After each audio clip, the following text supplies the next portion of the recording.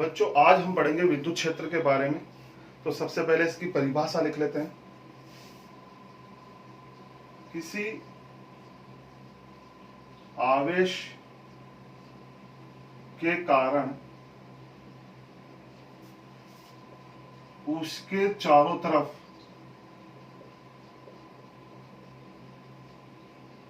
उत्पन्न वह क्षेत्र जिसमें किसी अन्य आवेश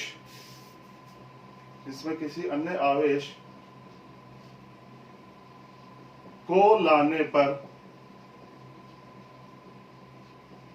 वह बल अनुभव करे।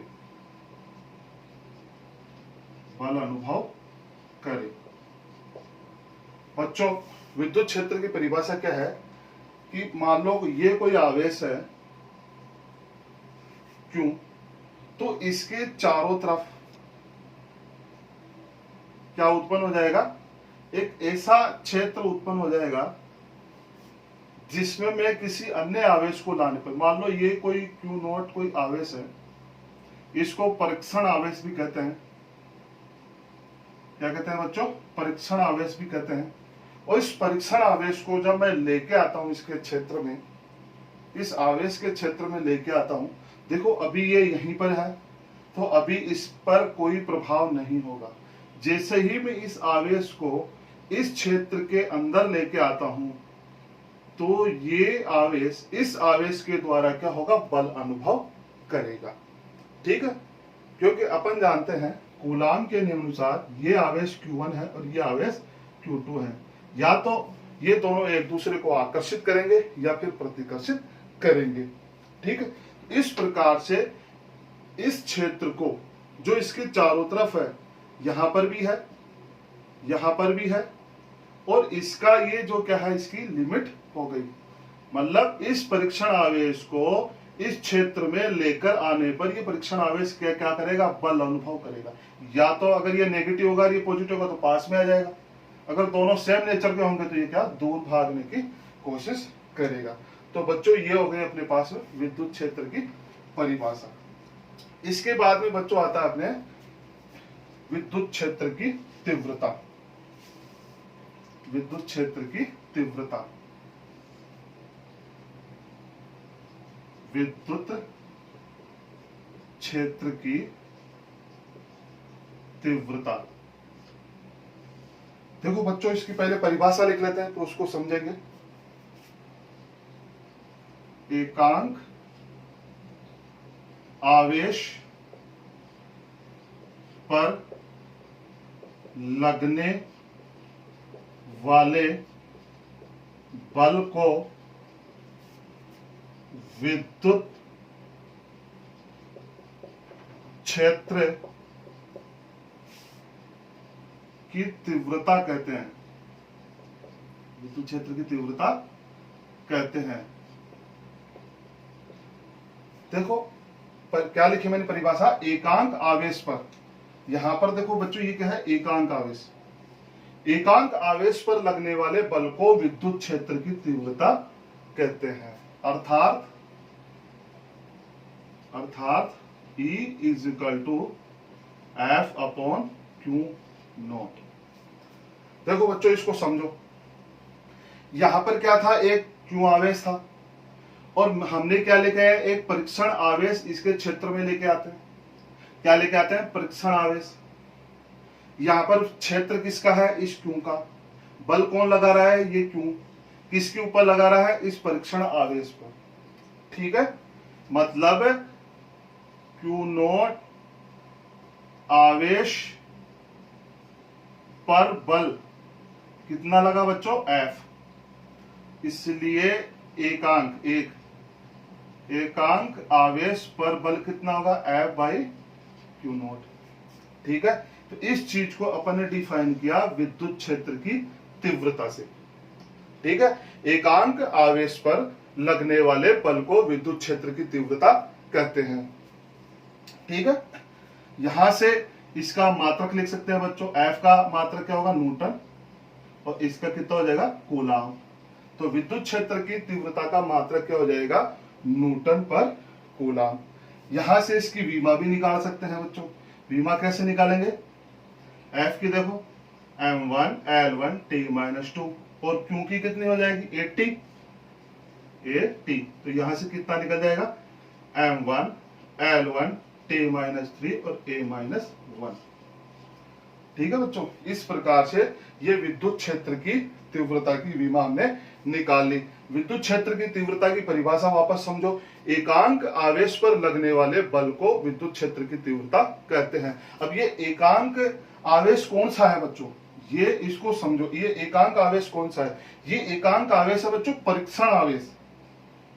यहां पर इस शब्द को सीखना बहुत जरूरी है, ये क्या है, परीक्षण आवेश। देखो बच्चों यहां पर ये तो है अपने पास में स्रोत, ये क्या है, स्रोत है, और ये क्या है, परीक्षण आवेश है। ठीक है, इस प्रकार से ये विद्युत क्षेत्र की परिभाषा हमने सीख ली, विद्युत क्षेत्र की तीव्रता की परिभाषा हमने सीख ली। देखो ये विद्युत क्षेत्र की जो तीव्रता है वो कैसी राशि है, ये भी देख लो, ये एक सदिश राशि है।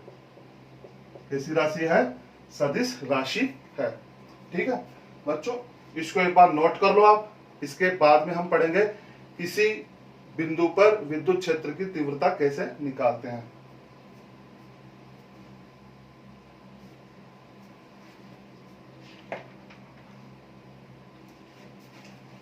ठीक है बच्चों, उतार लिया।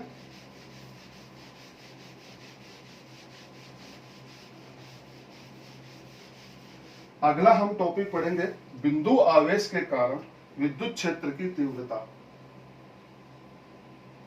बिंदु आवेश के कारण विद्युत क्षेत्र की तीव्रता। बच्चों किसके कारण, बिंदु आवेश के कारण विद्युत क्षेत्र की तीव्रता। देखो बच्चों सबसे पहले क्या करते हैं, हम एक आवेश लेते हैं, क्यों, इस आवेश के कारण क्या होगा, इसके आसपास स्थित बिंदुओं पर विद्युत क्षेत्र उत्पन्न होगा। इस बिंदु पर भी, इस बिंदु पर भी, इस बिंदु पर भी, इस बिंदु पर भी, इस बिंदु पर भी, मतलब इसकी कोई ना कोई एक रेंज होगी अपने पास में। इस प्रकार से इस आवेश के चारों तरफ क्या हो जाएगा, विद्युत क्षेत्र उत्पन्न हो जाएगा बच्चों। मतलब इस बिंदु आवेश के कारण, ये कोई आवेश है, इसके कारण क्या हो जाएगा, विद्युत क्षेत्र उत्पन्न हो जाएगा। अब इस बिंदु आवेश से इस कोई दूर स्मॉल r दूरी पर, बिंदु आवेश से स्मॉल r दूरी पर एक बिंदु P लेते हैं। क्या लेते हैं बच्चों, एक बिंदु P लेते हैं, और इस बिंदु P पर विद्युत क्षेत्र की तीव्रता हम ज्ञात करते हैं। ठीक है, तो क्या करेंगे, सबसे पहले हम एक परीक्षण आवेश लाकर यहाँ पर रख देते हैं। क्या लाकर रखेंगे बच्चों, एक परीक्षण आवेश लाकर यहाँ पर रख देते हैं, और जैसे ही हम परीक्षण आवेश लेके आते हैं, इस विद्युत क्षेत्र के अंदर क्या होता है, इस Q आवेश के द्वारा इस Q नोट आवेश पर जो परीक्षण आवेश है, इस पर क्या लगता है बच्चों, बल लगता है। ठीक है, अगर दोनों सेम नेचर के होंगे तो रिपेल करेंगे, अगर दोनों अलग अलग नेचर के होंगे तो अट्रैक्ट करेंगे। ठीक है बच्चों, मतलब ये परीक्षण आवेश को इस विद्युत क्षेत्र में लाने पर क्या होगा, ये बल अनुभव करेगा, और इस बल का जो मान है वो कूलाम के नियम से बच्चों हम लिख सकते हैं। किस नियम से लिख सकते हैं, कूलाम के नियम से। तो कूलाम का नियम क्या होता है बच्चों, F = K(Q1Q2) अपॉन R²। बच्चों इस फॉर्मूले का उपयोग करके हम इन दोनों आवेशों के बीच में लगने वाले बल को कैलकुलेट कर सकते हैं। तो F = बच्चों क्या हो जाएगा, Q नोट अपॉन R²। ठीक है बच्चों, अब अपन को निकालना क्या है, विद्युत क्षेत्र की तीव्रता की गणना करनी है, मतलब E की गणना करनी है। तो बच्चों E की गणना कैसे करेंगे, E = क्या होता है, F/Q0, मतलब एकांक आवेश पर लगने वाला बल। देखो बच्चों एक चीज ध्यान रखना, जैसे हर प्रकार की परिभाषाएं आती है, और उनमें कुछ परिभाषाएं ऐसी होती है जिसमें लिखा होता है एकांक आवेश, एकांक आयतन, एकांक द्रव्यमान। ऐसे जब शब्द आए तो बच्चों उनको नीचे लगा देना है। जैसे एकांक द्रव्यमान आए, एकांक आवेश आ रहा है, एकांक आयतन आ रहा है। इस प्रकार की परिभाषाओं में जहां एकांक शब्द आता है उनको सुविधा के लिए याद रख सकते हैं कि उनको नीचे लगाना है। ठीक है, तो एकांक आवेश पर लगने वाले बल को विद्युत क्षेत्र की तीव्रता कहते हैं। इस समीकरण को कह दिया बच्चों समीकरण 1 और इसको कह दिया समीकरण 2। समीकरण 1 से मान समीकरण 2 में हम रख देंगे बच्चों। तो E इज इक्वल टू मेरे पास में आ जाएगा Q naught upon r square, और यहाँ क्यू नोट बच्चों, यहाँ क्यू नोट से क्यू नोट मत जाएगा यहाँ पे। ठीक है, तो नेक्स्ट स्टेप में अपने पास में बच के आ जाएगा के क्यू अपॉन आर स्क्वायर। तो बच्चों ये क्या रिजल्ट निकल के आया है, बिंदु आवेश के कारण विद्युत क्षेत्र की तीव्रता। ठीक है बच्चों, यहां आर क्या है, आर है इन दोनों आवेशों के बीच की दूरी।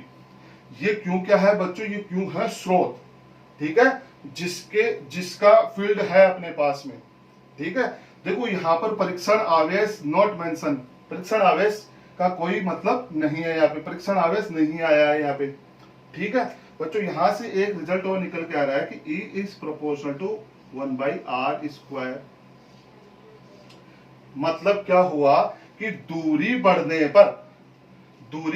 पर विद्युत क्षेत्र की तीव्रता कम हो जाएगी। ठीक है, और इसको हम ग्राफ से डिनोटेट कर लेते हैं। ये है E बच्चों और ये R। तो इसका जो ग्राफ बन के आएगा वो किस प्रकार से बन के आएगा, इस प्रकार से। और ये किसका ग्राफ है, E is proportional to 1/r square. ठीक है बच्चों, ये हमने क्या निकाला, बिंदु आवेश के कारण विद्युत क्षेत्र की तीव्रता। देखो शॉर्ट के अंदर देखो सबसे पहले क्या क्या, एक आवेश अपने पास में था, इसके चारों तरफ क्या हुआ, विद्युत क्षेत्र उत्पन्न हो गया। इसमें क्या करेंगे, दूसरा आवेश लाएंगे इसके पास में। इन दोनों के बीच की डिस्टेंस कितनी हो गई बच्चों, मान लो ये एक आवेश यहाँ पर है, दूसरा आवेश यहाँ पे, इन दोनों के बीच की दूरी कितनी हो गई, स्मॉल r हो गई। अब चूंकि कूलाम के नियम से क्या हो गया, दो आवेश होंगे और दोनों आवेशों के बीच में क्या लगेगा, बल लगेगा। तो अपन कूलाम के नियम से F इज इक्वल टू के Q1 Q2 upon R square से क्या निकाल लेंगे, बल का मान निकाल लेंगे, और उस बल का मान विद्युत क्षेत्र की तीव्रता के फॉर्मूले में रख देंगे। और इस प्रकार से ये अपने पास में E इज इक्वल टू के Q अपॉन R स्क्वायर अपने पास में आंसर आ जाएगा। और बच्चों एक ये रिजल्ट जो ग्राफ है इंपॉर्टेंट है, एग्जाम में आ जाता है। ठीक है, इसको अच्छे से नोट कर लो। Thank you.